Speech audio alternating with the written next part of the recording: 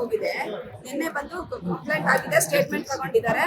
ಅವನು ಮದುವೆ ಆಗ್ತೀನಿ ನಾನು ಅಂತ ಆಲ್ರೆಡಿ ಹೇಳಿಕೆ ಕೊಟ್ಟಾಗಿದೆ. ಬಟ್ ಇಲ್ಲಿ ಬಂದ ತಕ್ಷಣ ಅವ್ರ ಮನೆಯವರೆಲ್ಲ ಸೇರ್ಕೊಂಡು ಇಲ್ಲ ನಿಮ್ ಮದುವೆ ಆಗಂಗಿಲ್ಲ ಯಾಕೆ ಅಂತ ಹೇಳ್ಬಿಟ್ಟು ನನ್ನ ಫುಲ್ ಎಳೆದಾಡಿ ಎಲ್ಲ ಪೇನ್ ಆಗಿದೆ, ನನಗೆ ಹ್ಯಾರಾಸ್ ಮಾಡಿದ್ದಾರೆ ನನಗೆ. ಮತ್ತೆ ಈಗ ಆಲ್ರೆಡಿ ಇಂತಾಗಿ ಮದುವೆ ಆಗಿ ಮೀಡಿಯಾದವ್ರು ಯಾರು ಬರಕ್ ಬಿಡ್ತಾರೆ, ಡೋರ್ ಎಲ್ಲ ಲಾಕ್ ಮಾಡಿ ಹಾಕ್ತಿದ್ರು. ಈಗ ಪೊಲೀಸ್ ಸಪೋರ್ಟ್ ತಗೊಂಡು ನಾನು ಒಳಗಡೆ ಇದ್ದೀನಿ. ಮತ್ತೆ ನ್ಯಾಯ ಬೇಕು ಸರ್, ನನಗೆ ದುಡ್ಡು ಅಂತ ಎಲ್ಲ ಹೇಳ್ತಿದ್ದಾರೆ, ನಾನೇ ಕೊಟ್ಟಿದ್ದೀನಿ. ಹಾಗಾಗಿ ನಾನು ದುಡ್ಡು ಬೇಡ ಸರ್, ನನಗೆ ನ್ಯಾಯ ಬೇಕು.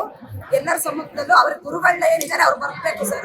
ಅವ್ರ ಕಮ್ಯುನಿಟಿ ಗುರುಗಳೇನಿದ್ದಾರೆ ಅವ್ರು ಬಂದು ತಪ್ಪಾಗಿರೋದಕ್ಕೆ ನ್ಯಾಯ ಕೊಡಬೇಕು. ಖಂಡಿತ ದುಡ್ಡು 1 ರೂಪಾಯಿ ಮುಟ್ಟಲ್ಲ ಸರ್, ನನಗೆ ಅವಶ್ಯಕತೆ ಇಲ್ಲ.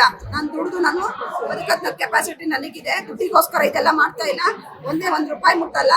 ನನ್ನ ಸಮಾಜದಲ್ಲಿ ಇವತ್ತು ಆಲ್ರೆಡಿ ಮೀಡಿಯಾ ಮುಂದೆ ಎಲ್ಲ ಬಯಲಾಗಿದೆ. ನನ್ನನ್ನು ಯಾರು ಕೂಡ ಮದುವೆ ಆಗಲ್ಲ.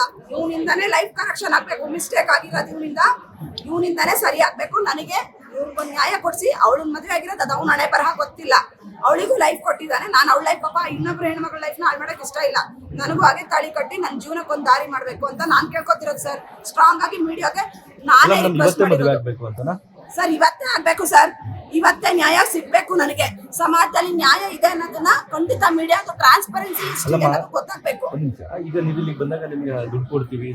ಹೇಳಿದ್ರು ಸರ್ ಒಂದಿಬ್ರು ಬಂದ್ಬಿಟ್ಟು ನಿಮ್ಗೆ ಎಷ್ಟು ಬೇಕಮ್ಮ ದುಡ್ಡು, ನಾನು ಇತ್ಯರ್ಥ ಮಾಡ್ತೀನಿ, ಕಾಂಪ್ರಮೈಸ್ ಆಗೋಣ, ದಯಮಾಡಿ ಮರ್ಯಾದೆ ತೆಗಿಬೇಡಿ, ಮಾತಾಡ್ಬೇಡಿ ಜೋರಾಗಿ ಅಂತೆಲ್ಲ ಬಂದು ಸಪೋರ್ಟ್ ಮಾಡಿದ್ರು ಸರ್.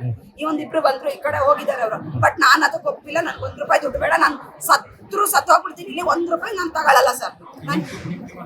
ನನ್ನ ತೀರ್ಮಾನ ಅವ್ನು ನನಗೆ ಮದುವೆ ಅಷ್ಟೇ ಫೈನಲ್ ಸರ್.